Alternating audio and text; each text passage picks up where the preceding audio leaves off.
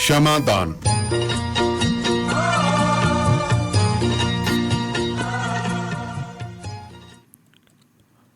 Radio Punjab today ਆਪ ਸਭ ਦਾ ਸਵਾਗਤ ਕਰਦਾ ਹੈ। ਪ੍ਰੋਗਰਾਮ ਸ਼ਮਾਦਾਨ 'ਚ ਤੁਹਾਡਾ ਬਹੁਤ ਬਹੁਤ ਸਵਾਗਤ ਜਸਬੀਰ ਸਿੰਘ ਪੱਟੀ ਹੋਣਾ ਵੱਲੋਂ, ਮੇਰੇ ਵੱਲੋਂ ਯਾਨੀ ਕਿ ਦਲਬੀਰ ਬਰਾੜ ਵੱਲੋਂ, ਸਵਰਨ ਦਾਨੇਵਾਲੀਆ ਸਾਹਿਬ ਵੱਲੋਂ, ਬਖਤੌਰ ਢਿੱਲੋਂ ਸਾਹਿਬ ਵੱਲੋਂ ਅਤੇ ਸਾਡੇ ਪੱਤਰਕਾਰ ਸਾਹਿਬਾਨ ਵੱਲੋਂ ਸਭ ਨੂੰ ਪਿਆਰ ਭਰੀ ਸਤਿ ਸ਼੍ਰੀ ਅਕਾਲ।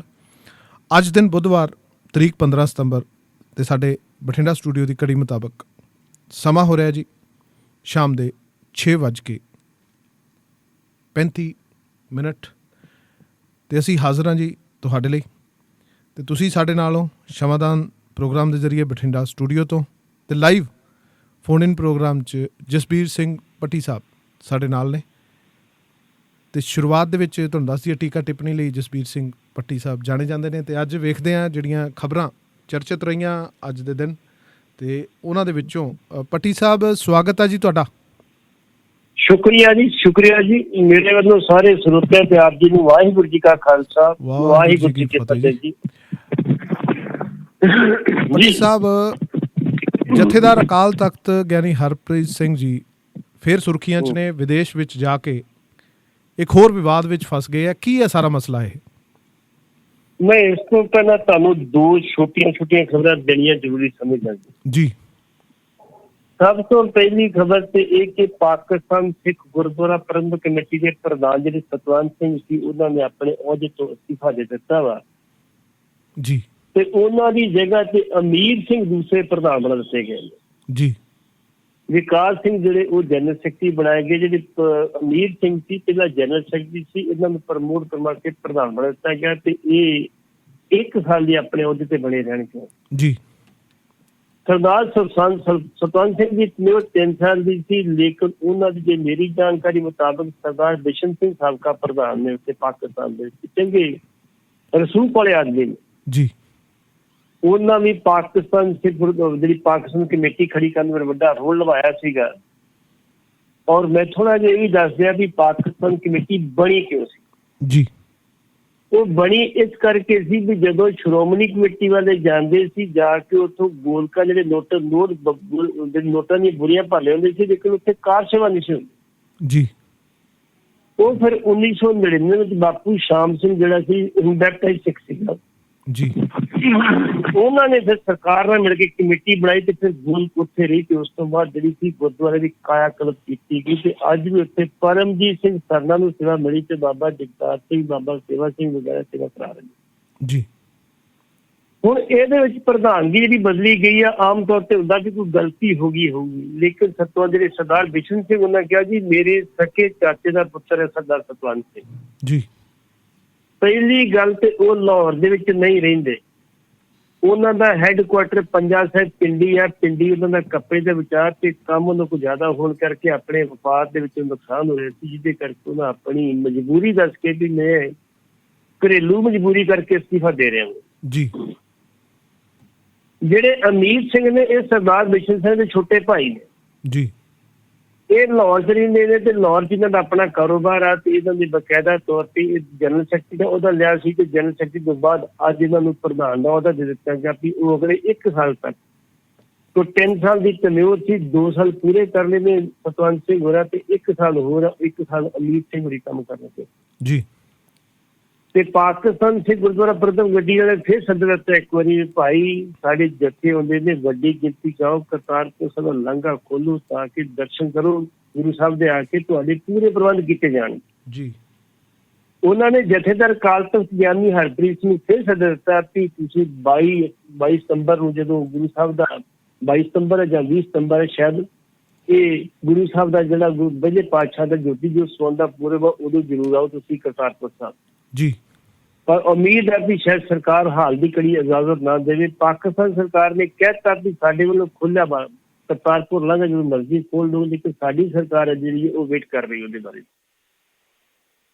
ਇਸ ਕਰਕੇ ਪਾਕਿਸਤਾਨ ਸਿੱਖ ਗੁਰਦੁਆਰਾ ਪ੍ਰਬੰਧਕ ਕਮੇਟੀ ਵਿੱਚ ਅੱਜ ਰੱਦੋ ਬਦਲ ਕੀਤੀ ਗਈ ਕਿ ਪ੍ਰਧਾਨ ਦੀ ਨਵੇਂ ਦੀ ਨਿਯੁਕਤੀ ਕੀਤੀ ਜਿਹੜੇ ਅਮੀਰ ਸਿੰਘ ਬਣੇ ਨੇ ਜੀ। ਦੂਸਰੀ ਤੁਹਾਡੇ ਨਾਲ ਖਬਰ ਸਾਂਝੀ ਕਰੂੰਗਾ ਮੈਂ ਵੀ ਜਿਹੜੀ ਇੱਕ ਘਟਨਾ ਵਾਪਰੀ ਸੀ ਆਪਣੇ ਕੇਸਗੜ੍ਹ ਸਾਹਿਬ ਜੀ ਮੁੱਖ ਗੁਰਦੁਆਰੇ ਜਿਹੜਾ ਇੱਕ ਬੰਦਾ ਵਿਅਕਤੀ ਪਰਮਜੀਤ ਸਿੰਘ ਆਇਆ ਸੀਗਾ, ਉਹਨੇ ਆ ਕੇ ਬੀੜੀ ਪੀਤੀ, ਬੀੜੀ ਦਾ ਧੂੰਆਂ ਆਪਣੇ ਇਕੱਠਾ ਕੀਤਾ, ਉਹ ਗੁਰੂ ਸਾਹਿਬ ਵੱਲ ਸੁੱਟਿਆ ਤੇ ਜਿਹੜੀ ਬੀੜੀ ਸੀ ਮੁੜ ਕੇ ਉਹ ਗ੍ਰੰਥੀ ਵੱਲ ਸੁੱਟ ਦਿੱਤੀ, ਜੀ ਸੱਚ ਜਿੱਤ ਨੇ ਸੁੱਟ ਦਿੱਤੀ। ਉਹ ਸੇਵਾਦਾਰਾਂ ਨੇ ਫੜ ਲਿਆ। ਇਸ ਚੀਜ਼ ਦੇ ਉੱਥੇ ਅਜਮੇਰ ਸਿੰਘ ਇੱਕ ਮੈਂਬਰ ਨੇ, ਉਹਨਾਂ ਨੇ ਇੰਨੀ ਗੱਲ ਕਹੀ ਆ ਕਿ ਤੇ ਸਿਆਸਤ ਨਾ ਕੀਤੀ ਜਾਵੇ। ਜੀ ਪਰ ਮੈਂ ਅਜਮੇਰ ਸਿੰਘ ਨੂੰ ਪੁੱਛਣਾ ਇਹ ਚਾਹੁੰਦਾ ਵੀ ਭਾਈ, ਜਦੋਂ ਚੜੂਨੀ ਬਾਰੇ ਕਿਹਾ ਸੀ ਸਰਦਾਰ ਸੁਖਬੀਰ ਸਿੰਘ ਬਾਦਲ ਨੇ, ਮੈਨੂੰ ਫੋਨ ਆਇਆ ਤੇ ਉਹਨੇ ਕਹਿਤਾ ਸੀ ਮੈਂ ਕਿਸੇ ਨੂੰ ਫੋਨ ਕੀਤਾ ਹੀ ਨਹੀਂ, ਮੇਰੇ ਕੋਲ ਸੁਖਬੀਰ ਬਾਦਲ ਦਾ ਫੋਨ ਨੰਬਰ ਹੈ। ਉਦੋਂ ਸਿਆਸਤ ਕਿਉਂ ਕੀਤੀ ਗਈ? ਜੀ ਉਦੋਂ ਤੇ ਬੀਬੀ ਜਗੀਰ ਕੌਰ ਕਹਿੰਦੀ ਚੜੂਨੀ ਝੂਠ ਬੋਲਦਾ, ਉਦੋਂ ਤੇ ਬਾਕੀ ਸਾਰੇ ਲੀਡਰਾਂ ਸਿਆਸਤ ਵੀ ਕੀਤੀ ਸੀਗੀ। ਇਸ ਕਰਕੇ ਸਿਆਸਤ ਹੁੰਦੀ ਆ। ਤੇ ਅੱਜ ਪਰਮਜੀਤ ਸਿੰਘ ਸਰਨਾ ਤੇ ਮਨਜੀਤ ਸਿੰਘ ਜੀਕੇ ਦੋਵੇਂ ਦਿੱਲੀ ਕਮੇਟੀ ਦੇ ਸਾਬਕਾ ਪ੍ਰਧਾਨ, ਉਹ ਬਕਾਇਦਾ ਤੌਰ ਤੇ ਉੱਥੇ ਦਰਸ਼ਨਾਂ ਲਈ ਆਏ ਤੇ ਉਹਨਾਂ ਨੇ ਇੰਨੀ ਗੱਲ ਕਹੀ ਹੈ ਕਿ ਘਟਨਾ ਮੰਦਭਾਗੀ ਆ, ਜੀ ਇਹਦੇ ਉੱਤੇ ਸਖਤ ਤੋਂ ਸਖਤ ਕਾਰਵਾਈ ਹੋਣੀ ਚਾਹੀਦੀ। ਲੇਕਿਨ ਉਹਨਾਂ ਨਾਲ ਇਹ ਵੀ ਗੱਲ ਕਹੀ ਕਿ ਜਦੋਂ ਕਿਤੇ ਕੋਈ ਜਾ ਕੇ ਪੁੱਛਦਾ ਨਾ 328 ਸਰੂਪ ਕਿੱਥੇ ਨੇ, ਤੇ ਸ਼੍ਰੋਮਣੀ ਕਮੇਟੀ ਜਿਹੜੀ ਉਹਨਾਂ ਦੀ ਗਿੱਦੜਕੁੱਟ ਕਰਦੀ। ਜੀ ਹੁਣ ਇਹਨਾਂ ਦੀ ਟਾਸਕ ਫੋਰਸ ਕਿੱਥੇ ਗਈ ਆ? ਹੁਣ ਇਹਨਾਂ ਲੱਠਬਾਜ਼ੀ ਕਿੱਥੇ ਗਿਆ? ਕਿਉਂ ਨਹੀਂ ਖਿਆਲ ਕੀਤਾ ਗਿਆ? ਕਿਉਂ ਨਹੀਂ ਧਿਆਨ ਰੱਖਿਆ ਗਿਆ? ਦੂਜੇ ਪਾਸੇ ਪਰਮਜੀਤ ਸਿੰਘ ਦਾ 4 ਦਿਨ ਦਾ ਰਿਮਾਂਡ ਆ।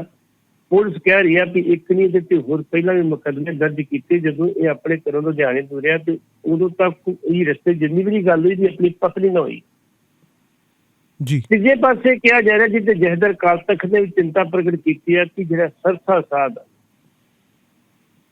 ਸਰਸੇ ਵਾਲਾ ਬਾਬਾ ਰਾਮ ਰਹੀਮ, ਉਹਦੀ 7 ਮੈਂਬਰੀ ਦਾ ਇਹਦਾ ਪਰਮਜੀਤ ਸਿੰਘ ਦਾ ਫਾਦਰ ਜਿਹੜਾ ਮੈਂਬਰ ਆ, ਇਹਦਾ ਮਤਲਬ ਵੀ ਇਹ ਕਹਾਣੀ ਕੁਝ ਹੋਰ ਬਣ ਰਹੀ ਹੈ। ਇਹ ਘਟਨਾਵਾਂ ਨਹੀਂ ਵਾਪਰਨੀਆਂ ਚਾਹੀਦੀਆਂ। ਜੋ ਵਾਪਰੀ ਹੈ ਤੇ ਪੂਰੀ ਤਹਿ ਤੱਕ ਜਾਇਆ ਜਾਣਾ ਚਾਹੀਦਾ ਕਿ ਉਹਦਾ ਮਕਸਦ ਕੀ ਸੀ, ਕਿਉਂ ਉਹਨੇ ਇਹਨੂੰ ਅੰਜਾਮ ਦਿੱਤਾ ਇਸ ਘਟਨਾ ਨੂੰ। ਜੀ ਇਹਦੇ ਪਿੱਛੇ ਕੋਈ ਲੈਣ ਦੇਣ ਹੋਇਆ, ਕੋਈ ਮੋਟੀ ਰਕਮ ਮਿਲੀ ਹੈ ਜਾਂ ਕੋਈ ਹੋਰ ਹੈਗੀ ਸੀ ਮਕਸਦ ਸੀ, ਇਹਦੇ ਬਾਰੇ ਉਹ ਪੂਰੀ ਪੜਤਾਲ ਹੋਣੀ ਚਾਹੀਦੀ। ਜੀ ਇਹਦੇ ਤੇ ਮਨਜੀਤ ਸਿੰਘ ਜੀ ਤੇ ਪਰਮਜੀਤ ਸਿੰਘ ਸਰਨਾ ਨੇ ਇਹੋ ਹੀ ਸਵਾਲ ਪੁੱਛਿਆ ਸ਼੍ਰੋਮਣੀ ਕਮੇਟੀ ਨੂੰ ਕਿ ਜੇ ਕਿਤੇ ਤੁਹਾਡੇ ਕੋਲ 328 ਸਰੂਪ ਗੁੰਮ ਹੋਇਆ ਬਾਰੇ ਕੋਈ ਪੁੱਛਦਾ ਜਾ ਕੇ ਤੇ ਉਹਦੀ ਤੁਸੀਂ ਗਿੱਦੜਕੁੱਟ ਕਰਦੇ ਹੋ, ਜਦੋਂ ਤੁਹਾਨੂੰ ਪਤਾ ਹੋਇਆ ਜਾਂ ਪਿੱਛੇ ਦੇ ਪੰਥਕ ਜਥੇਬੰਦੀਆਂ ਨੇ ਬਕਾਇਦਾ ਤੌਰ ਤੇ ਮੋਰਚਾ ਲਾਇਆ ਸੀ ਸਾਨੂੰ ਦੱਸ ਦਿਓ ਕਿੱਥੇ 328 ਸਰੂਪ।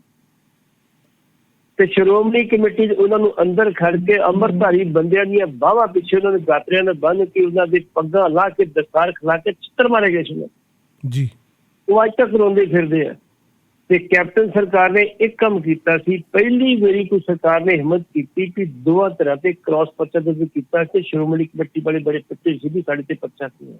ਜੀ ਇਸ ਕਰਕੇ ਇਹ ਉੱਥੋਂ ਦੀਆਂ 2 ਘਟਨਾਵਾਂ ਸੀ। ਇੱਕ ਤੇ ਉਹ ਮੱਥਾ ਟੇਕ ਕੇ ਗਏ ਤੇ ਉਹਨਾਂ ਸਵਾਲ ਕੀਤਾ SGPC ਨੂੰ, ਤੇ ਦੂਸਰਾ ਪਾਕਿਸਤਾਨ ਦੇ ਜਿਹੜੇ ਸਿੱਖ ਗੁਰਦੁਆਰਾ ਕਮੇਟੀ ਆ ਉਹਦੇ ਪ੍ਰਧਾਨ ਦੀ ਤਬਦੀਲੀ ਹੋਈ। ਜੀ ਅੱਗੇ ਜਿਹੜਾ ਸਵਾਲ ਤੁਸੀਂ ਕੀਤਾ ਸੀ ਜਥੇਦਾਰ ਅਕਾਲ ਤਖਤ, ਜੀ ਜਥੇਦਾਰ ਅਕਾਲ ਤਖਤ ਉੱਥੇ ਜਿਹੜੇ 12 ਜਿਹੜੀ ਸਤੰਬਰ 1997 ਨੂੰ ਸ਼ਹੀਦ ਸਾਡੇ ਹੋਏ ਸੀ, 22 ਸਿੱਖ ਹੋਏ ਸੀ। ਜੀ ਸਾਰਾਗੜ੍ਹੀ ਦੀ ਲੜਾਈ ਦੇ ਵਿੱਚ ਬਹਾਦਰੀ ਦੀ ਲੜਾਈ ਸੀ। ਅੰਗਰੇਜ਼ਾਂ ਨੇ ਉੱਪਰਲੇ ਜਿਹੜੇ ਜਰਨੈਲ ਸੀ ਉਹਨਾਂ ਜਿਹੜੀ ਸੀ ਕੁਛ ਨਹੀਂ ਕਰ ਸਕੇ। ਉਹਨਾਂ ਦੂਰ ਉਹ ਵੇਖੀ ਸੀ ਆਪ ਕਿ ਕਿੰਨੀ ਬਹਾਦਰੀ ਨਾਲ ਜਰਨੈਲ ਲੜੇ ਸੀ। ਤੇ ਜਦੋਂ ਇਹ ਲੜੇ ਸੀ ਸਿੱਖ ਇਹ ਸ਼ਹਾਦਤਾਂ ਪਾਉਂਦੇ ਤੇ ਉਸ ਟਾਈਮ ਤੇ ਇਹਨਾਂ ਦੀ ਪਾਰਲੀਮੈਂਟ ਚੱਲਦੀ ਸੀ। ਚੱਲਦੀ ਪਾਰਲੀਮੈਂਟ ਦੇ ਵਿੱਚ ਜਿਹੜੇ ਸੀ ਉਹਨਾਂ ਸ਼ਹੀਦਾਂ ਨੂੰ ਸ਼ਰਧਾਂਜਲੀ ਭੇਟ ਕੀਤੀ ਗਈ ਸੀ ਬ੍ਰਿਟਿਸ਼। ਉਹਨਾਂ ਦੀ ਯਾਦ ਦੇ ਵਿੱਚ ਜਿਹੜੇ ਉਹਨਾਂ ਦੇ ਭਾਈ ਈਸ਼ਰ ਸਿੰਘ ਮੁਖੀ ਸਨ, ਹਵਾਲਦਾਰ ਈਸ਼ਰ ਸਿੰਘ, ਉਹਨਾਂ ਦੇ ਇੱਕ ਬੁੱਤ ਲੱਗਣਾ ਸੀਗਾ। ਜੀ ਵੂਲਨ ਹੈਲਟਨ ਗੁਰਦੁਆਰਾ ਕੋਈ ਹੈਗਾ, ਉਹਦੇ ਬਾਹਰ ਜਿਹੜਾ ਇੱਕ ਲਾਇਬ੍ਰੇਰੀ ਦੇ ਬਾਹਰ ਇੱਕ ਪਾਰਕ, ਉੱਥੇ ਬੁੱਤ ਲੱਗਣਾ ਸੀ। ਕਾਂਸੀ ਦਾ ਬੁੱਤ ਬਣਿਆ ਸੀ। ਸ਼ਾਇਦ ਮਹਿਲਾ ਹੈ, ਸਿੱਖ ਮਹਿਲਾ ਸ਼ਹੀਦੀ ਨੇ ਬੁੱਤ ਬਣਵਾਇਆ ਜੀ। ਉਹ ਬੁੱਤ ਦੇ ਉੱਤੇ ਪਹਿਲੀ ਗੱਲ ਤੇ 2 ਵਿਵਾਦ ਹੋ ਗਏ। ਪਹਿਲਾ ਵਿਵਾਦ ਤੇ ਇਹ ਹੋ ਗਿਆ ਕਿ ਜਦੋਂ ਬੁੱਤ ਬਣਾਇਆ ਤੇ ਬੁੱਤ ਜਿਹੜੇ ਥੜੇ ਤੇ ਫਿਕਸ ਕੀਤਾ ਉੱਪਰ, ਉਹਦੇ ਉੱਪਰ ਬੂਟ ਪਾਏ ਨੇ ਫੌਜੀ ਨੂੰ, ਪੂਰੀ ਵਰਦੀ ਪਾਈ ਆ ਜੀ, ਤੇ ਥੱਲੇ ਉਹਦੇ ਤੇ ਲਿਖਿਆ ਸੂਰਾ ਸੇ ਪਛਾਨੀਏ ਜੋ ਲੜੇ ਦਿਨ ਕੇ ਹਿੱਤ, ਪੁਰਜਾ ਕੱਟ ਮਰੇ ਕਬੂ ਨਾ ਛਾੜੇ ਜੀ। ਇਹਦੇ ਤੇ ਵਿਵਾਦ ਇਸ ਕਰਕੇ ਹੋ ਗਿਆ ਵੀ ਕਦੀ ਵੀ ਕਿਸੇ ਪੈਰਾਂ ਦੇ ਵਿੱਚ ਜਿਹੜਾ ਤੁਸੀਂ ਇੱਕ ਗੁਰਬਾਣੀ ਨਹੀਂ ਲਿਖ ਸਕਦੇ ਜੀ। ਜਥੇਦਾਰ ਸਾਹਿਬ ਜੇ ਉਦਘਾਟਨ ਕਰ ਗਏ ਸੀ ਕਿ ਜਥੇਦਾਰ ਸਾਹਿਬ ਨੇ ਪਹਿਲਾਂ ਵੇਖਿਆ ਨਹੀਂ ਕਿ ਇਹ ਬਾਣੀ ਲਿਖੀ ਉੱਥੇ ਜੀ। ਜੇ ਨਹੀਂ ਵੇਖਿਆ ਤੇ ਕੋਈ ਗੱਲ ਨਹੀਂ। ਹੁਣ ਉੱਤੇ ਕਹਿੰਦੇ ਚੇਪਾ ਟੁੱਪਾ ਲਾ ਕੇ ਲਕਾਉਣ ਦੇ ਉਹਨੂੰ ਵੀ ਚਲੋ ਲਗਾ ਦਿਓ ਹਾਲ ਦੀ ਕੜੀ ਵੀ ਉਹ ਗਲਤੀ ਉਹਨੂੰ ਹੋਈ ਆ, ਉਹਦਾ ਹੁਣ ਜਥੇਦਾਰ ਕੀ ਐਕਸ਼ਨ ਲੈਂਦੀ ਤੇ ਪਤਾ ਨਹੀਂ। ਲੇਕਿਨ ਜਥੇਦਾਰ ਸਾਹਿਬ ਜਾ ਕੇ ਉੱਥੇ ਆਪ ਕਸੂਤੀ ਕੜਿੱਕੀ 'ਚ ਫਸ ਗਏ ਜੀ। ਕਿਉਂਕਿ ਜਿਹੜਾ ਵੀ ਬੰਦਾ ਇੰਗਲੈਂਡ ਜਾਂਦਾ ਵਾ ਉਹਨੂੰ 10 ਦਿਨ ਕੁਆਰੰਟਾਈਨ ਕਰਦੇ ਉੱਥੇ ਪਹਿਲਾਂ। ਇਹ ਉੱਥੋਂ 에ਅਰਪੋਰਟ ਤੋਂ ਸਿੱਧੇ ਗੁਰਦੁਆਰੇ ਗਏ, ਗੁਰਦੁਆਰੇ ਤੋਂ ਬਾਅਦ ਜੇ ਹੁੰਦੇ ਰਹਿੰਦੇ ਤਾਂ ਕੋਈ ਗੱਲ ਨਹੀਂ ਸੀ। ਹੁਣ ਜਿਹੜੀ ਜਨਤਕ ਤੌਰ ਤੇ ਹੋ ਗਏ ਵੀ ਵੇਖੋ ਜੀ ਇਹਨਾਂ ਨੇ ਉਦਘਾਟਨ ਕੀਤਾ ਉੱਥੇ ਜੀ। ਉਹ 'ਚ ਹਿੱਸਾ ਲਿਆ ਉਸ ਭਾਵੇਂ ਕਿ ਉੱਥੋਂ ਦਾ ਉਦਘਾਟਨ ਉਸਨੇ ਮੇਅਰ ਨੇ ਕੀਤਾ, ਮੇਅਰ ਲੇਡੀ ਦੀ ਜੈਂਟਸ ਆ, ਇੱਕ ਗੋਰਾ ਸਿਪਾਹੀ ਆ ਤੇ ਇੱਕ 5 ਪਿਆਰਿਆਂ ਚੋਂ ਦੋਵਾਂ ਨੇ ਜਿਹੜਾ ਸੀ ਪਹਿਲਾਂ ਬਾਅਦ 'ਚ ਜਿਹੜੀ ਚਾਦਰ ਤੇ ਤੀਸਰੀ ਪਾਸੇ ਕੀਤੀ, ਲੇਕਿਨ ਉਹਦਾ ਉਦਘਾਟਨ ਜਿਹੜਾ ਕੀਤਾ ਵਾ ਰਸਮੀ ਤੌਰ ਤੇ ਉੱਥੋਂ ਦੇ ਮੇਅਰ ਨੇ ਕੀਤਾ। ਜਥੇਦਾਰ ਸਾਹਿਬ ਸਾਰੇ ਪਿੱਛੇ ਖੜੇ ਨੇ, ਕੋਈ ਗੱਲ ਨਹੀਂ। ਇੱਕ ਸਿੱਖ ਦਾ ਜਿਹੜਾ ਬੁੱਤ ਪਰਦਾ ਢਾਇਆ ਗਿਆ, ਜਥੇਦਾਰ ਸਾਹਿਬ ਗਏ ਜਾਣ।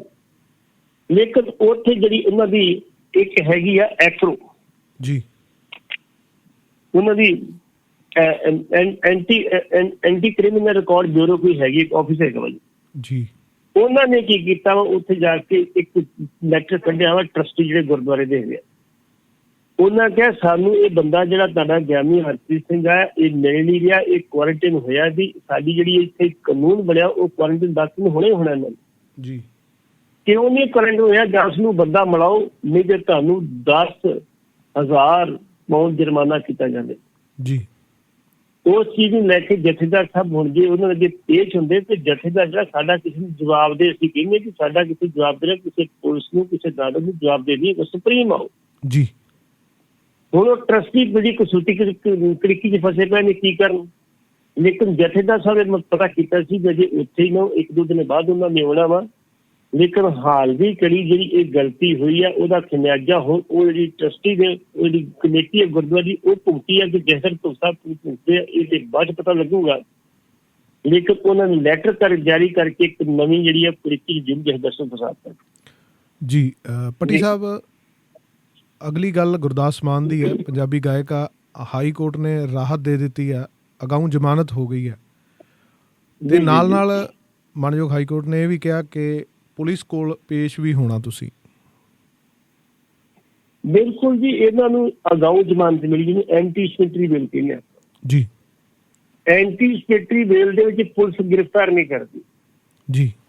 ਟਾਈਮ ਦਿੱਤਾ ਹੁੰਦਾ ਪਹਿਲੇ ਦਿਨਾਂ ਜਾ ਕੇ ਤੁਸੀਂ ਪੁਲਿਸ ਕੋਲ ਜਾ ਕੇ ਆਪਣੇ ਜਿਹੜੇ ਸੀ ਜਗ੍ਹਾ ਪੇਸ਼ ਹੋ, ਉਹਨਾਂ ਨੂੰ ਜਿਹੜੀ ਆਪਣੀ ਗੱਲ ਦੱਸੋ, ਜੋ ਪੁੱਛਦੇ ਸਵਾਲਾਂ ਦੇ ਜਵਾਬ ਦਿਓ ਤੁਸੀਂ ਜੀ।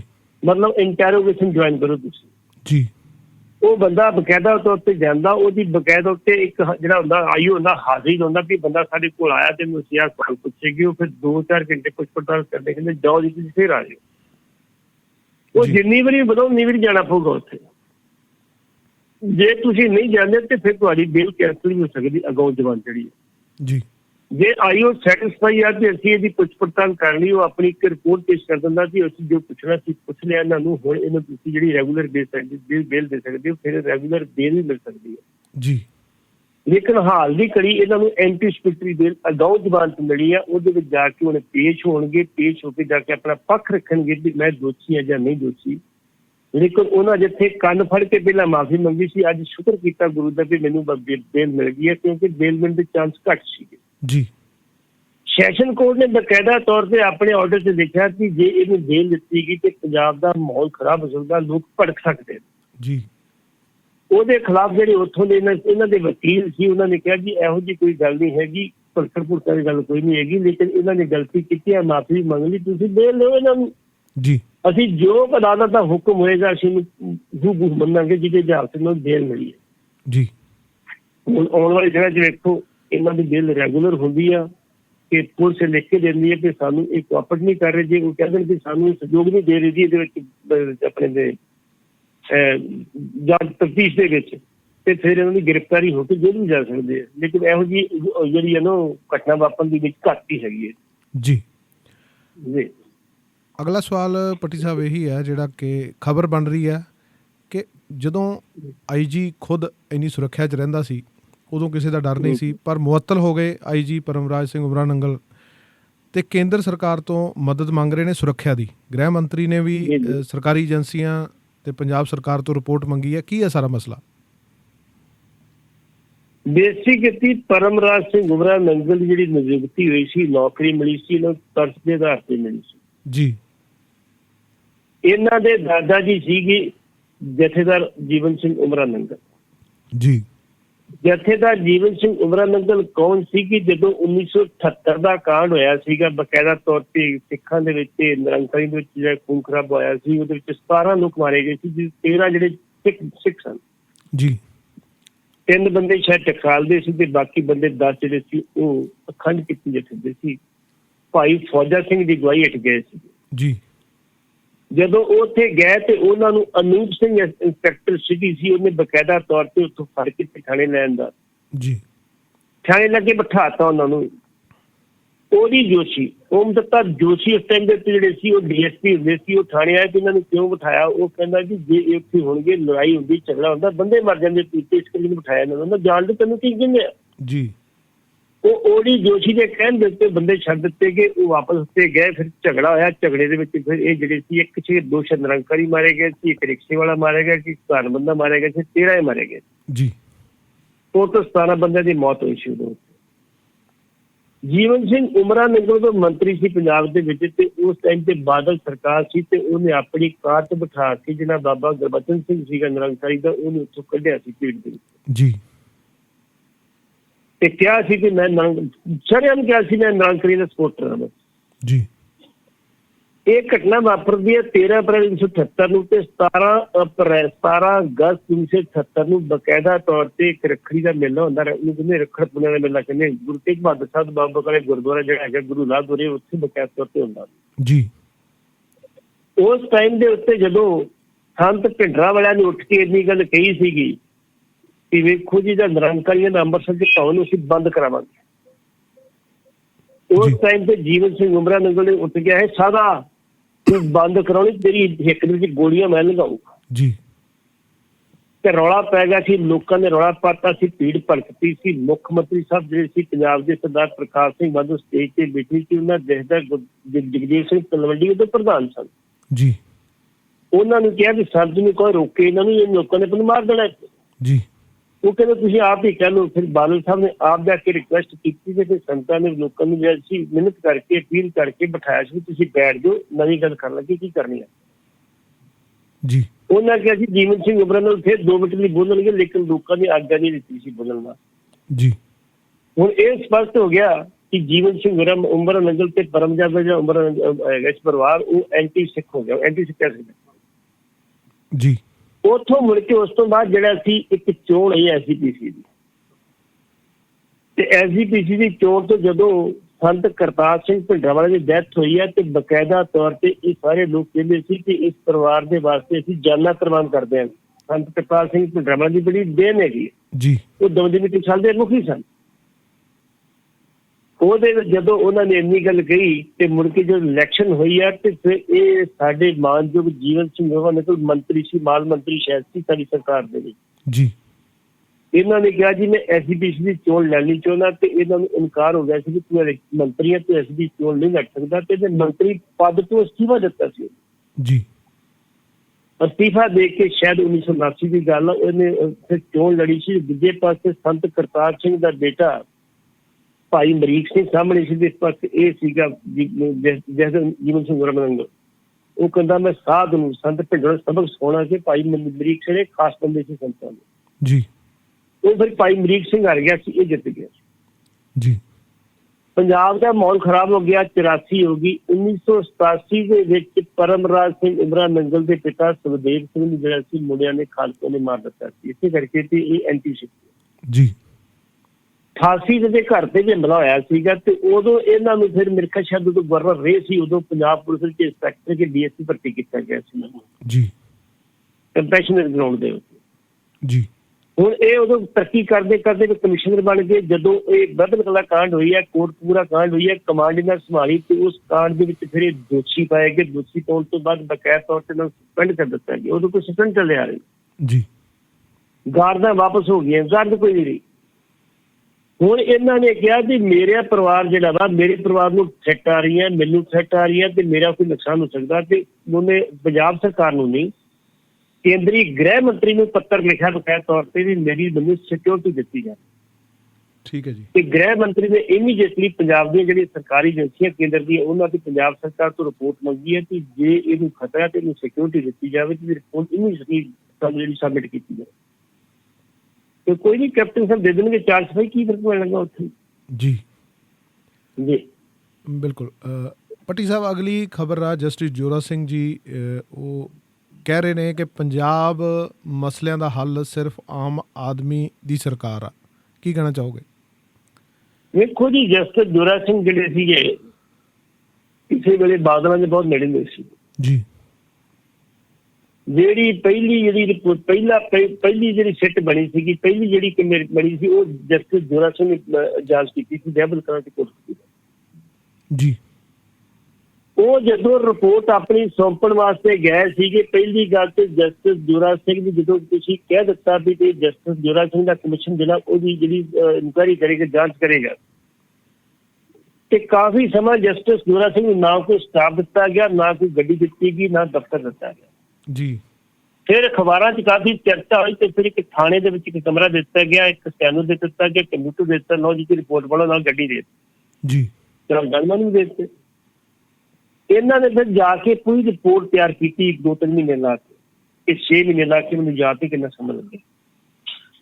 ਲੇਕਿਨ ਜਦੋਂ ਇਹ ਰਿਪੋਰਟ ਆਪਣੀ ਸਬਮਿਟ ਕਰਨ ਵਾਸਤੇ ਗਏ ਸੀ, ਇਹਨਾਂ ਦੀ ਰਿਪੋਰਟ ਲੈਣ ਵਾਸਤੇ ਕੀ ਸਰਕਾਰੀ ਅਧਿਕਾਰੀ ਨਹੀਂ ਸੀ ਜੀ। ਇਹਨਾਂ ਨੂੰ ਬਕਾਇਦਾ ਵਿੱਚ ਗਰਮੀ ਦੇ ਵਿੱਚ ਉੱਥੇ ਜਿਹੜਾ ਸੀ ਬੈਠਣਾ ਪਿਆ ਸੀ, 2 ਘੰਟੇ ਬੈਠਣਾ ਪਿਆ ਸੀ। ਫਿਰ ਇੱਕ ਸੁਪਰਡੈਂਟ ਲੈਵਲ ਦਾ ਅਧਿਕਾਰੀ ਆਇਆ ਸੀ ਤੇ ਉਹਨੂੰ ਰਿਪੋਰਟ ਦੇ ਕੇ ਚਲੇ ਗਈ ਸੀ, ਲੇਕਿਨ ਉਹ ਰਿਪੋਰਟ ਅਜੇ ਤੱਕ ਜਿਹੜੀ ਖੂਹ ਖਾਤੇ ਪਈ ਜੀ। ਉਹਨਾਂ ਨੇ ਕਿਹਾ ਵੀ ਜੇ ਉਹ ਰਿਪੋਰਟ ਕੱਢ ਕੇ ਲਾਗੂ ਕੀਤੀ ਜਾਵੇ ਤੇ ਸੱਚਾਈ ਸਾਹਮਣੇ ਆ ਸਕਦੀ ਹੈ, ਤੇ ਨਾਲੇ ਤੁਹਾਨੂੰ ਇਹ ਗੱਲ ਕਹਿ ਸਕਦੇ ਆ ਕਿ ਜਿਹੜੀ ਭਾਵੇਂ ਬਾਦਲ ਹੋਣ ਤੇ ਭਾਵੇਂ ਕੈਪਟਨ ਹੋਵੇ, ਇਹਨਾਂ ਦੇ ਵਿੱਚ ਕੋਈ ਇਨਸਾਫ ਨਹੀਂ ਮਿਲ ਸਕਦਾ। ਜੇ ਪੰਜਾਬ ਦੇ ਮਸਲੇ ਕਰਨੇ ਤੇ ਆਮ ਆਦਮੀ ਪਾਰਟੀ ਦੀ ਸਰਕਾਰ ਚਾਹੀਦੀ ਆ, ਤੇ ਦਿੱਲੀ ਮਾਡਲ ਤੁਹਾਨੂੰ ਸਰਕਾਰ ਦਿੱਤੀ ਜਾਵੇਗੀ ਕਿ ਗਰੀਬਾਂ ਦੀ ਹਰ ਪ੍ਰਕਾਰ ਦੀ ਮਦਦ ਕੀਤੀ ਜਾਵੇਗੀ, ਕਿਸਾਨਾਂ ਦੀ ਕੀਤੀ ਜਾਵੇਗੀ, ਕਿਸੇ ਦੀ ਕੋਈ ਮੁਸ਼ਕਿਲ ਪੇਸ਼ ਨਹੀਂ ਹੋਣੀ ਚਾਹੀਦੀ, ਸਸਤੀ ਬਿਜਲੀ ਦਿੱਤੀ ਜਾਵੇਗੀ ਜੀ। ਇਸ ਕਰਕੇ ਲੋਕਾਂ ਨੂੰ ਕਿਹਾ ਵੀ ਇਹਨਾਂ ਨੇ ਕੁਛ ਨਹੀਂ ਕਰਨਾ, ਤੁਸੀਂ ਮੈਨੂੰ ਵੇਖ ਲਿਆ। ਇੱਕ ਮੌਕਾ ਆਮ ਆਦਮੀ ਪਾਰਟੀ ਨੂੰ ਦੇ, ਕਿਉਂਕਿ ਇਹਦੇ ਪਿਛਲੀ ਵਾਰੀ ਉਦੋਂ ਹੀ ਮੁੜ ਕੇ ਜਿਹੜਾ 2017 ਚ ਆਮ ਆਦਮੀ ਪਾਰਟੀ ਜੁਆਇਨ ਕਰ ਗਈ ਸੀ, ਇਲੈਕਸ਼ਨ ਮਿਲੀ ਸੀ, ਭਾਵੇਂ ਹਾਰ ਗਈ ਸੀ। ਇਸ ਕਰਕੇ ਉਹਨਾਂ ਨੇ ਇਹ ਗੱਲ ਕਹੀ ਹੈ ਵੀ ਆਮ ਆਦਮੀ ਪਾਰਟੀ ਜਿਹੜੀ ਪੰਜਾਬ ਦੀ ਸਮੱਸਿਆ ਦਾ ਹੱਲ, ਬਾਕੀ ਹੱਲ ਨਹੀਂ ਹੈ। ਬਿਲਕੁਲ। ਪੱਟੀ ਸਾਹਿਬ, ਨਵਜੋਤ ਸਿੰਘ ਸਿੱਧੂ ਸਾਹਿਬ ਇੱਕ ਵਾਰ ਫੇਰ ਰਾਗ ਲਾਪ ਰਹੇ ਨੇ ਕਿ 3 ਖੇਤੀ ਕਾਨੂੰਨਾਂ ਦੀ ਬੁਨਿਆਦ ਬਾਦਲਾਂ ਨੇ ਰੱਖੀ ਸੀ, ਤੁਸੀਂ ਕੀ ਕਹਿਣਾ ਚਾਹੋਗੇ? ਇਹਦੇ ਚ ਕੋਈ ਸ਼ੱਕ ਵਾਲੀ ਗੱਲ ਨਹੀਂ ਜੀ। ਜੀ। ਪਹਿਲਾਂ ਬਕਾਇਦਾ ਤੌਰ ਤੇ ਇਹਨਾਂ ਨਾਲ ਮੀਟਿੰਗਾਂ ਹੁੰਦੀਆਂ ਰਹੀਆਂ ਕੇਂਦਰ ਦੀਆਂ ਵੀ ਆਪਾਂ ਕੰਮ ਕਰਨਾ। ਇਹਨਾਂ ਕਿਹਾ ਜੀ ਤੁਸੀਂ ਕਾਨੂੰਨ ਬਣਾਓ, ਪੰਜਾਬ ਦੇ ਜੱਟਾਂ ਨੂੰ ਆਪੇ ਸੰਭਾਲ ਲਾਂਗੇ ਅਸੀਂ, ਜੀ। ਪੰਜਾਬ ਦੇ ਕਿਸਾਨਾਂ ਨੂੰ ਆਪੇ ਸੰਭਾਲ ਲਾਂਗੇ ਅਸੀਂ।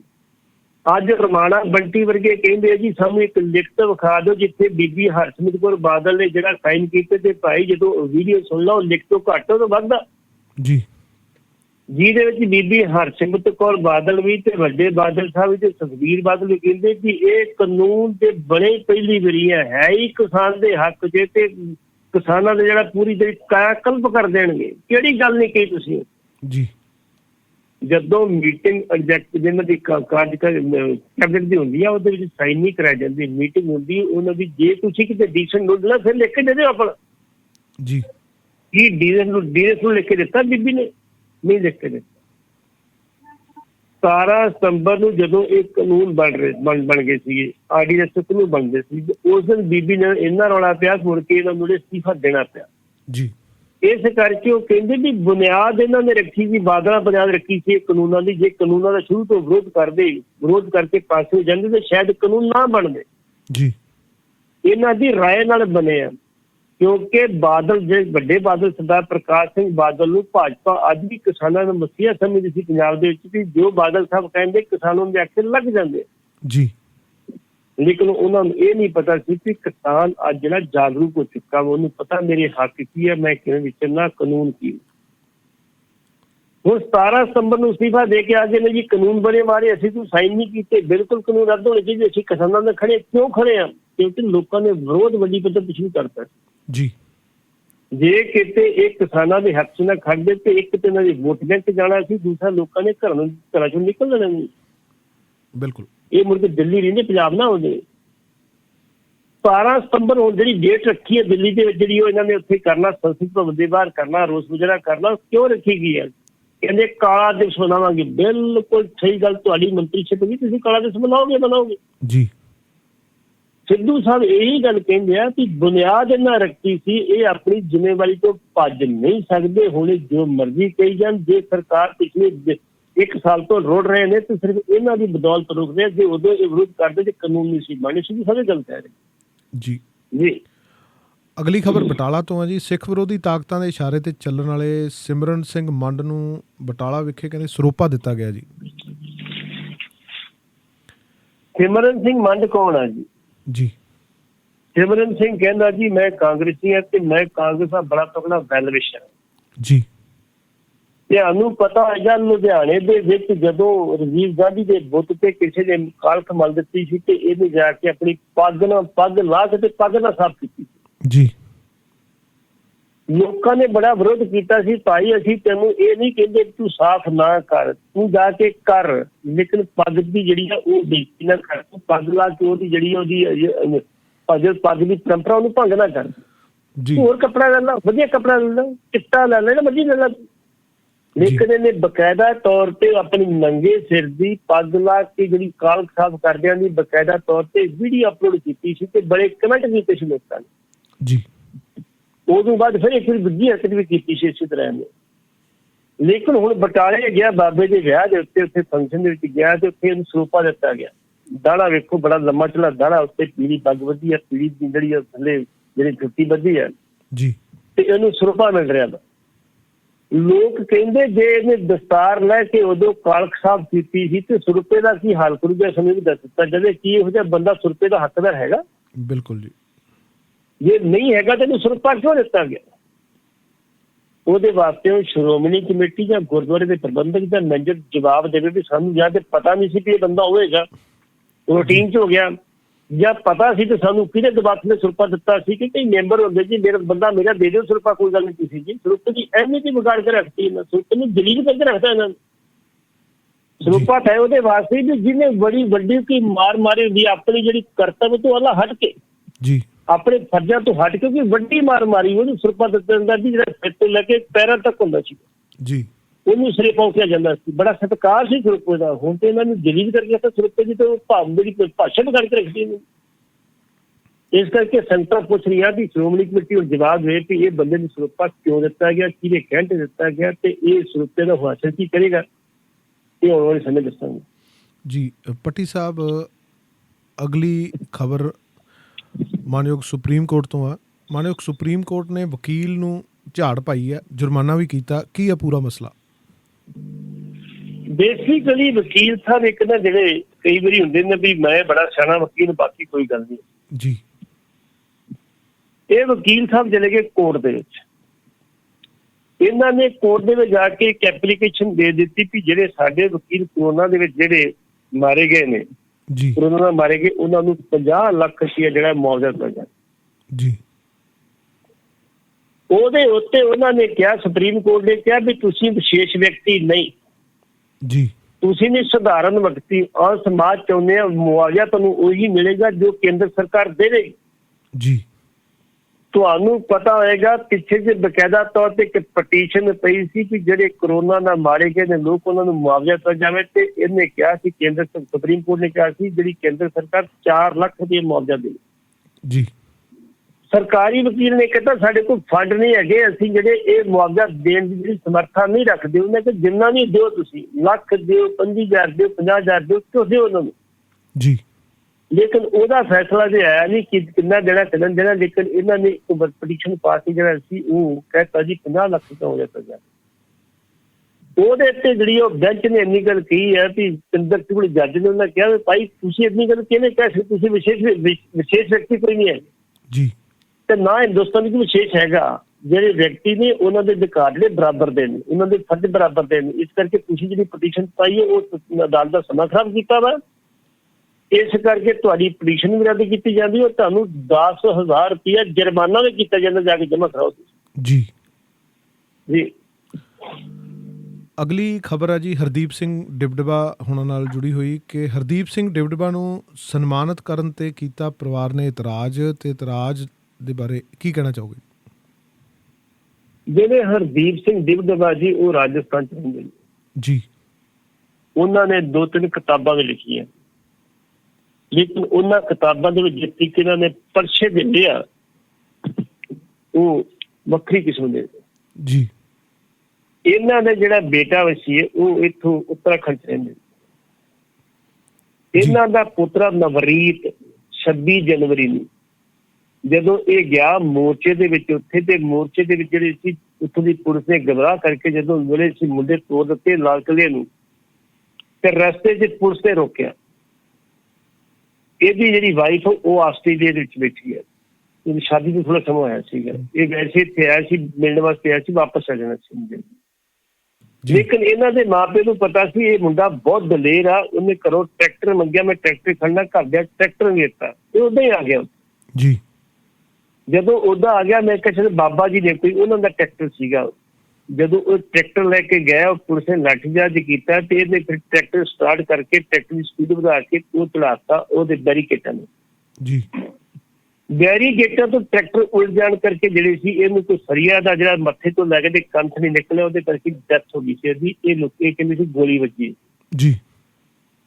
ਹਰਦੀਪ ਸਿੰਘ ਡਿਬਡਬਾ ਜਿਹੜੇ ਨੇ ਉਹ ਕਹਿੰਦੇ ਜੀ ਮੇਰਾ ਪੋਤਰਾ ਵਾ, ਇਹ ਥਾਂ ਥਾਂ ਤੇ ਗਿਆ, ਮੇਰਾ ਪੋਤਰਾ ਜੀ ਗੋਲੀ ਵੱਜੀ, ਉਹ ਸ਼ਹੀਦ ਦਾ ਦਰਜਾ ਦਵਾਤਾ, ਸ਼ਹੀਦ ਹੈ ਜੀ ਇੱਥੇ ਮੰਦਰ। ਜੀ।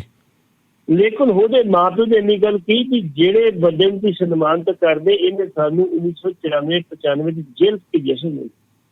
ਜੀ। ਸਾਡੇ ਤੇ ਮੁਕੱਦਮਾ ਦਰਜ ਕਰਾਇਆ ਸੀ ਬਕਾਇਆ ਤੌਰ ਤੇ, ਇਹਨੇ ਤੁਸੀਂ ਸਨਮਾਨਿਤ ਕਰਨੇ, ਇਹ ਕੀ ਲੱਗਦਾ ਸਾਡਾ। ਇਸ ਕਰਕੇ ਪਖੰਡਬਾਜ਼ੀ ਬੰਦ ਕਰੋ। ਇਹ ਉਹਨਾਂ ਦਾ ਪਰਿਵਾਰਕ ਮਾਮਲਾ, ਅਸੀਂ ਕੁਛ ਨਹੀਂ ਕਹਿੰਦੇ, ਲੇਕਿਨ ਖਬਰ ਲੱਗੀ ਹੁਣ ਤੱਕ ਵੀ ਗੱਲ ਕਰਨੀ ਪੈਂਦੀ। ਹਰਦੀਪ ਸਿੰਘ ਡਿਬਡਬਾ ਚੰਗੇ ਬੰਦੇ, ਸਭ ਵਧੀਆ ਇਨਸਾਨ, ਮਾੜੇ ਨਹੀਂ। ਇੱਥੇ ਅੰਮ੍ਰਿਤਸਰ ਦੇ ਮਿਲਦੇ ਹੁੰਦੇ ਕਈ ਵਾਰੀ, ਲੇਕਿਨ ਉਹਨੇ ਘਰੇਲੂ ਲੜਾਈ ਸੀ ਸਾਨੂੰ ਨਹੀਂ ਪਤਾ, ਲੇਕਿਨ ਇਹ ਮਾੜੀ ਲੜਾਈ ਜਿਹੜੀ ਨਹੀਂ ਹੋਣੀ ਚਾਹੀਦੀ। ਲੇਕਿਨ ਉਹਨਾਂ ਨੇ ਕਾਫੀ ਕੋਸ਼ਿਸ਼ ਕੀਤੀ ਕਿ ਨਵਰੀਤ ਨੂੰ ਜਿਹੜਾ ਸੀ ਸ਼ਹੀਦ ਦਾ ਦਰਜਾ ਦਿੱਤਾ ਜਾਵੇ, ਤੇ ਕਾਫੀ ਹੱਦ ਤੱਕ ਸੰਯੁਕਤ ਸਾਨੂੰ ਮੋਰਚੇ ਸ਼ਹੀਦ ਕਹਿ ਦਿੱਤਾ ਸੀ। ਜੀ। ਲੇਕਿਨ ਉਹਨਾਂ ਦੇ ਪਰਿਵਾਰ ਦੇ ਵਿੱਚ ਜਿਹੜਾ ਰਫੜ ਪਿਆ ਇਹ ਨਵੀਂ ਜ਼ਿਲ੍ਹਾ ਪਾ ਗਿਆ। ਜੀ। ਪੱਟੀ ਸਾਹਿਬ ਅਗਲੀ ਖਬਰ ਜਿਹੜੀ ਆ ਉਹ ਬਾਲੀਵੁੱਡ ਨਾਲ ਜੁੜੀ ਆ। ਕੰਗਣਾ ਰਣੌਤ ਨੂੰ ਕਹਿੰਦੇ ਅਦਾਲਤ ਨੇ 20 ਤਰੀਕ ਨੂੰ ਤਲਬ ਕੀਤਾ, ਨਾ ਪੇਸ਼ ਹੋਣ ਦੀ ਸੂਰਤ ਵਿੱਚ ਵਾਰੰਟ ਵੀ ਜਾਰੀ ਹੋ ਸਕਦੇ ਨੇ। ਕੀ ਆ ਪੂਰਾ ਮਸਲਾ? ਜਾਵਦ ਅਖਤਰ ਗਾਇਕ ਨੇ ਜੀ, ਉਹਨਾਂ ਨੇ ਇੱਕ ਤੇ ਮਾਂ ਨਵੀਂ ਕੇਸ ਕੀਤਾ ਸੀ ਕੰਗਣਾ ਰਣੌਤ ਨੇ। ਜੀ। ਤੇ ਕੰਗਣਾ ਰਣੌਤ ਜਿਹੜੀ ਆ ਪੇਸ਼ ਨਹੀਂ ਹੋ ਰਹੀ ਸੀ। ਹੁਣ ਤੁਹਾਨੂੰ ਪਤਾ ਵੈਸੇ ਵੀ ਸ਼ਾਂਤ ਨਹੀਂ ਤੇ ਕਿਤੇ ਕਿਤੇ ਹਰ ਗੱਲ ਤੇ ਟਿੱਪਣੀ ਕਰਦੀ ਰਹਿੰਦੀ ਹੁੰਦੀ ਸੀ। ਜੀ। ਕਦੀ ਸਿੱਖਾਂ ਤੇ ਟਿੱਪਣੀ ਕਰਤੀ, ਕਦੀ ਸਿੱਖ ਔਰਤਾਂ ਟਿੱਪਣੀ ਕਰਤੀ, ਕਦੀ ਕਿਸੇ ਨੇ ਕਰਤੀ। ਟਿੱਪਣੀ ਨੂੰ ਲੈ ਕੇ ਕਾਫੀ ਚਰਚਾ ਚੱਲੀ ਹੈ। ਜੀ। ਹੁਣ ਕਾਫੀ ਸ਼ਾਂਤ ਸੀ। ਜਾਵਦ ਅਖਤਰ ਨੇ ਜਿਹੜਾ ਮਾਂ ਨੂੰ ਕੇਸ ਕੀਤਾ, ਪਹਿਲਾਂ ਉਹਨੇ ਕਿਹਾ ਵਾਪਸ ਲਓ, ਕਹਿੰਦਾ ਬਿਲਕੁਲ ਨਹੀਂ ਵਾਪਸ ਹੁੰਦਾ ਨਾ। ਇਹਨੂੰ 2-3 ਵਾਰੀ 4 ਵਾਰੀ ਵਾਰੰਟ ਭੇਜੇ, ਲੇਕਿਨ ਇਹ ਸਮਨ ਭੇਜੇ, ਇਹ ਪੇਸ਼ ਨਹੀਂ ਹੋਈ। ਹੁਣ ਅਦਾਲਤ ਨੇ ਕੱਲ ਇਹਨੂੰ ਕਹਿਤਾ ਕਿ 20 ਤਰੀਕ ਨੂੰ ਇਹ ਪੇਸ਼ ਹੋਵੇ। ਕੱਲ ਇਹਨਾਂ ਦੇ ਵਕੀਲ ਨੇ ਕਹਿਤਾ ਜੀ ਉਹ ਬਿਮਾਰ ਆ। ਉਹ ਕਹਿੰਦੇ 20 ਤਰੀਕ ਨੂੰ ਇਹ ਆਪਣੇ ਜਾਤੀ ਤੌਰ ਤੇ ਪੇਸ਼ ਹੋਈ, ਜੇ ਨਹੀਂ ਹੁੰਦੀ ਤੇ ਫਿਰ ਸਾਨੂੰ ਵਾਰੰਟ ਜਾਰੀ ਕਰਨੇ ਪੈਣਗੇ ਤੇ ਪੁਲਿਸ ਫੜ ਕੇ ਲੈ ਕੇ ਪੇਸ਼ ਕਰੇਗੀ। ਜੀ। ਹੁਣ ਉਹ ਕੇਸ ਇੰਨਾ ਮਜ਼ਬੂਤ ਹੈ, ਕੰਗਣਾ ਨੂੰ ਪਤਾ ਮੈਨੂੰ ਕੁਝ ਸਜ਼ਾ ਹੋ ਸਕਦੀ ਇਹਦੇ ਵਿੱਚ। ਕੰਗਣਾ ਕਿਸੇ ਨਾ ਕਿਸੇ ਤਰੀਕੇ ਤੋਂ ਬਚਣਾ ਚਾਹੁੰਦੀ, ਲੇਕਿਨ ਕਾਨੂੰਨ ਕਾਨੂੰਨ ਆ, ਕਾਨੂੰਨ ਤੋਂ ਉੱਪਰ ਕੋਈ ਨਹੀਂ। ਕਾਨੂੰਨ ਸਾਰਿਆਂ ਵਾਸਤੇ ਬਰਾਬਰ ਆ। ਹੁਣ 20 ਤਰੀਕ ਨੂੰ ਜੇ ਇਹ ਪੇਸ਼ ਨਹੀਂ ਹੁੰਦੀ ਤੇ ਇਹਦੇ ਅਦਾਲਤ ਦੇ ਵਿੱਚ ਸੰਬੰਧੀ ਵਾਰੰਟ ਜਾਰੀ ਹੋਣਗੇ। ਵਾਰੰਟ ਜੇ ਜਾਰੀ ਹੋਣਗੇ ਪੁਲਿਸ ਵਜੀ ਫੜ ਕੇ ਪੇਸ਼ ਕਰੇਗੀ, ਭਾਵੇਂ ਬੇਲੇਬਲ ਵਾਰੰਟ ਨੇ। ਜੀ। ਤਾਂ ਕਿ ਆਪ ਵੀ ਬੇਲ ਲੈ ਸਕਦੀ, ਜੇ ਨਹੀਂ ਤੇ ਪੁਲਿਸ ਫੜ ਕੇ ਪੇਸ਼ ਕਰੇਗੀ ਤੇ ਫਿਰ ਇਹਦੀ ਬੇਲ ਫਿਰ ਅਪਲਾਈ ਕਰ ਸਕਦੀ ਆਪਣੀ। ਤੇ ਜੇ ਇਹ ਸੇਜ ਨਾ ਪੇਸ਼ ਹੋਈ ਤੇ ਫਿਰ ਨੌਨ ਬੇਲ ਵਾਰੰਟ ਨਿਕਲਣਗੇ ਤੇ ਫਿਰ ਮੁਸ਼ਕਿਲ ਹੋਊਗੀ। ਜੀ। ਪੱਟੀ ਸਾਹਿਬ ਅਗਲੀ ਖਬਰ ਰਾਜਸਥਾਨ ਦੇ ਜੈਪੁਰ ਤੋਂ ਆ। ਜੈਪੁਰ ਵਿੱਚ ਕਹਿੰਦੇ ਮਹਾ ਪੰਚਾਇਤ ਦੇ ਨਾਮ ਤੇ ਕਿਸਾਨਾਂ ਦੀ ਹੋਈ ਕਿਸਾਨ ਸੰਸਦ, ਕਾਨੂੰਨਾਂ ਨੂੰ ਕਾਲਮ ਵਾਈਜ਼ ਵਿਚਾਰਿਆ ਗਿਆ। ਤਫਸੀਲ ਦੇ ਵਿੱਚ ਜਾਣਕਾਰੀ ਚਾਹੁੰਦੇ ਹਾਂ ਜੀ। ਬੇਸਿਕਲੀ ਆਮ ਤੌਰ ਤੇ ਜਿਹੜੀਆਂ ਮਹਾ ਪੰਚਾਇਤ ਵਗੈਰਾ ਕਾਫੀ ਹੋ ਰਹੀਆਂ। ਜਿਹੜੀ ਮੁਸ਼ੱਬਰ ਨਸਲ ਦੀ ਕਿਸਾਨਾਂ ਦੀ ਮਹਾ ਪੰਚਾਇਤ ਹੋਈ ਆ, ਉਹਨੇ ਇੱਕ ਵਾਰੀ ਸਰਕਾਰ ਡਗਮਗਾ ਗਈ ਉਹਨੂੰ ਵੇਖ ਕੇ। ਜੀ। ਸਰਕਾਰ ਘਬਰਾਈ ਪਈ ਹੈ। ਇੱਕ ਪਾਸੇ ਯੂਪੀ ਦੀ ਇਲੈਕਸ਼ਨ ਆ, ਇੱਕ ਪਾਸੇ ਕਿਸਾਨ ਨੇ, ਦੂਜੇ ਪਾਸੇ ਹੁਣ ਜਿਹੜੀਆਂ ਥਾਂ ਤੇ ਮਹਾ ਪੰਚਾਇਤਾਂ ਹੋ ਰਹੀਆਂ ਲੋਕਾਂ ਨੂੰ ਲਾਮਬੰਦ ਕਰ ਰਹੀਆਂ। ਜੀ। ਉਹਦੇ ਵਿੱਚ ਬਕਾਇਦਾ ਤੌਰ ਤੇ ਜਿਹੜੀ ਮਹਾ ਪੰਚਾਇਤ ਅੱਜ ਜਿਹੜੀ ਇੱਥੇ ਕਿਸਾਨ ਸੰਸਦ ਹੋਈ, ਉਹਦਾ ਨਾਂ ਦਿੱਤਾ ਸੀ ਕਿਸਾਨ ਸੰਸਦ। ਜੀ ਉਹਨਾਂ 'ਚ ਬੜੇ ਵੱਡੇ ਤਕੜੇ ਆਡੀਟੋਰੀਅਮ ਹਾਲ ਦੇ ਵਿੱਚ ਕੀਤੀ ਹੈ ਤੇ ਇੱਕ ਮਤਲਬ ਸੈਮੀਨਾਰ ਟਾਈਪ ਸੀਗਾ। ਉਹਦੇ ਵਿੱਚ ਉਹਨਾਂ ਕਿਸਾਨ ਆਗੂ ਵੀ ਬੁਲਾਏ ਸੀ, ਬੁੱਧੀਜੀਵੀ ਵਰਗ ਦੇ ਬੰਦੇ ਵੀ ਬੁਲਾਏ ਸੀ ਤੇ ਕੁਝ ਸਾਬਕਾ ਜਿਹੜੇ ਐਗਰੀਕਲਚਰ ਸੰਬੰਧਿਤ ਰੱਖੇ ਸੀ ਅਧਿਕਾਰੀ ਵੀ ਬੁਲਾਏ ਸੀ। ਜੀ ਉਹਦੇ ਵਿੱਚ ਇੱਕ ਜਿੰਨੇ ਵੀ ਹੈਗੇ ਸੀ ਇਹਦੀ ਕਾਲਮ ਵਾਈ ਜਿਹੜੀ ਸੀ ਜਿਹੜੇ ਕਾਨੂੰਨ ਸੀ ਉਹਨਾਂ ਦੀ ਬਕਾਇਦਾ ਡਿਸਕਸ਼ਨ ਕੀਤੀ ਗਈ ਤੇ ਉਹਦੇ ਵਿੱਚ ਕਿਸਾਨਾਂ ਨੂੰ ਦੱਸਿਆ ਗਿਆ ਕਿ ਕਾਨੂੰਨ ਕੀ ਹੈ ਤੇ ਕਿਸਾਨਾਂ ਦੇ ਖਿਲਾਫ ਕਿਹੜੇ ਕਾਨੂੰਨ ਹੈ ਤੇ ਆਉਣ ਵਾਲੇ ਸਮੇਂ 'ਚ ਇਹ ਕਿਸਾਨਾਂ ਦੇ ਭਾਰੂ ਕਿਵੇਂ ਪੈ ਸਕਦੇ। ਜੀ ਉਹਦੇ ਉੱਤੇ ਬੁੱਧੀਜੀਵੀ ਵਰਗ, ਸਾਬਕਾ ਅਧਿਕਾਰੀ ਜਿਹੜੇ ਸਾਡੇ ਹੈਗੇ ਸੀ ਆਪਣੇ ਸਰਕਾਰੀ ਅਧਿਕਾਰੀ ਐਗਰੀਕਲਚਰ ਡਿਪਾਰਟਮੈਂਟ ਦੇ ਤੇ ਕਿਸਾਨ ਆ। ਤੇ ਉੱਥੇ ਰਾਜੇਵਾਲ ਸਾਹਿਬ ਨੇ ਕਿਹਾ ਕਿ ਅਸੀਂ 11 ਮੀਟਿੰਗਾਂ ਦੇ ਵਿੱਚ ਵੀ ਕਲੌਜ਼ ਵਾਈਜ਼ ਬਕਾਇਦਾ ਤੌਰ ਤੇ ਇਹਨਾਂ ਅਧਿਕਾਰੀਆਂ ਨੂੰ, ਸਰਕਾਰੀ ਅਧਿਕਾਰੀਆਂ ਨੂੰ ਦੱਸ ਚੁੱਕੇ ਆ ਤੇ ਉਹ ਮੰਨ ਚੁੱਕੇ ਆ ਕਿ ਤੁਹਾਡੇ ਜਿਹੜੇ ਇਤਰਾਜ਼ ਬਿਲਕੁਲ ਠੀਕ ਨੇ।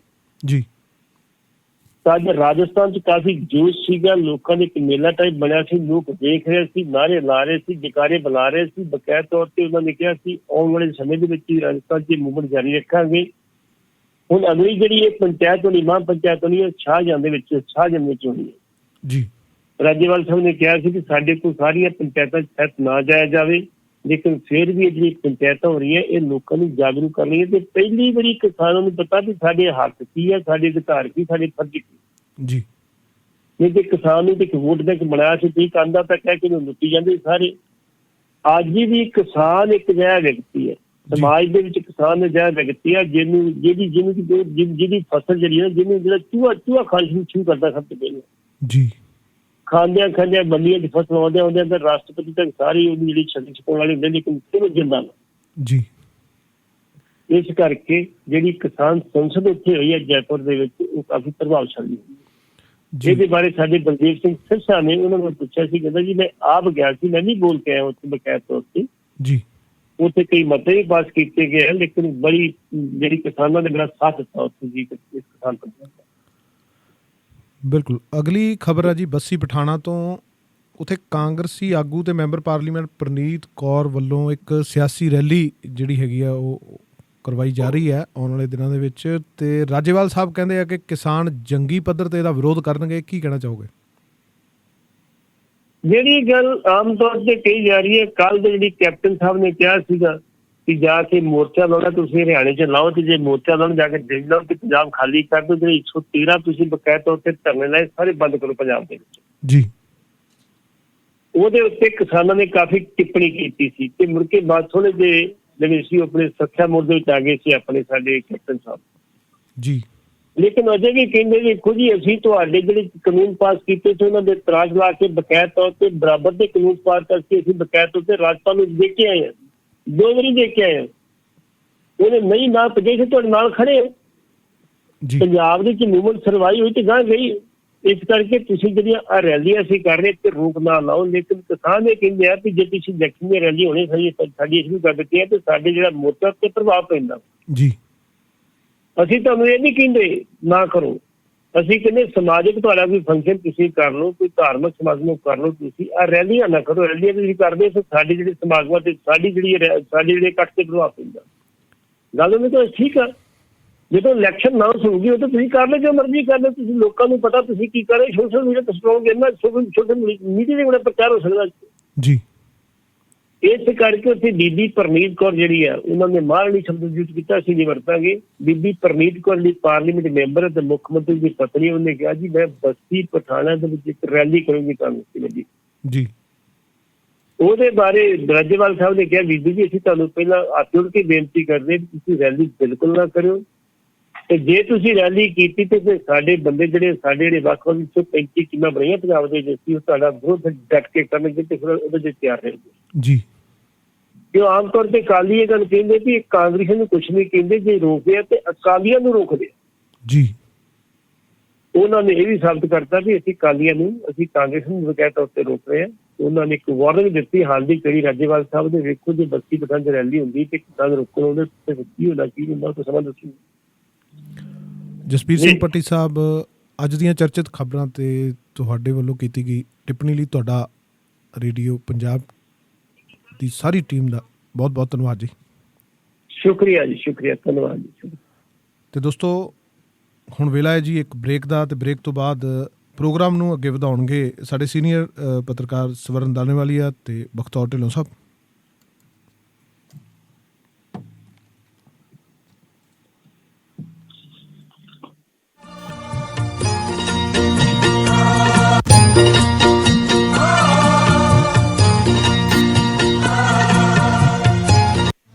ਓਏ ਮੇਰੇ ਵੀਰ, ਮੈਨੂੰ ਬਸ ਇੱਕ ਗੱਲ ਦੱਸ ਦੇ ਵੀ ਆ ਜਿਹੜੀ ਤੂੰ ਟਰੈਵਲਿੰਗ ਕਰਦਾ ਤੇ ਉਹਦੇ ਤੋਂ ਬਾਅਦ ਫਰੈਸ਼ ਰਹਿਣਾ, ਇਹਦਾ ਰਾਜ਼ ਕੀ ਹੈ?